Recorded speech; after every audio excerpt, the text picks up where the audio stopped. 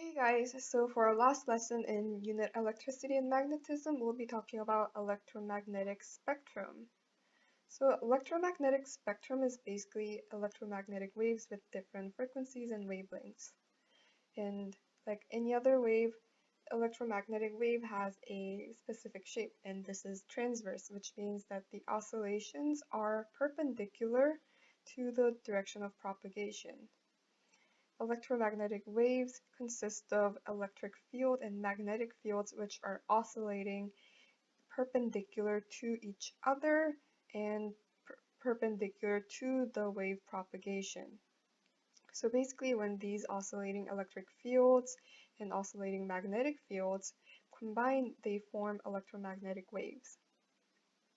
And the speed of an electromagnetic wave is the speed of light, which is c equaling 3 times